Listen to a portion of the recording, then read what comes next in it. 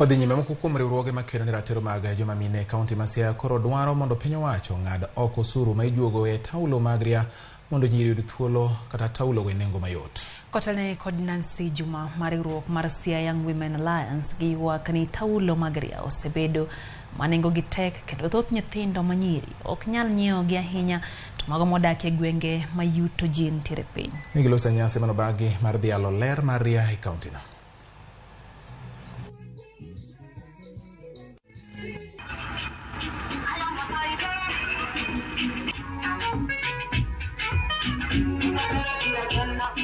If there's a way they can be subsidized to a price that our girls can afford, even 30 bob, that one they can afford.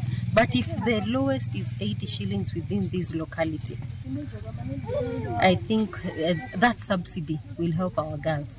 And also just having, if condoms are given for free, why not sanitary towels? They can also be given for free. They can be dispensed by our counties.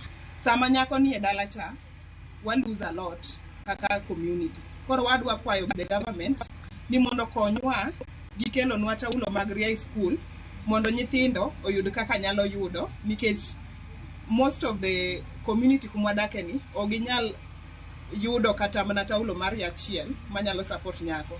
Koro kaka government wadwa ni gikelnwa taulo mag ria go school. Tiyo ka achiel gi migepe mamoko mwari wego kawuono mondo wa support nyithindo manyiri nikech wach mar neno malo kata dhi e dwe ok onego bed wach mar wich kuot.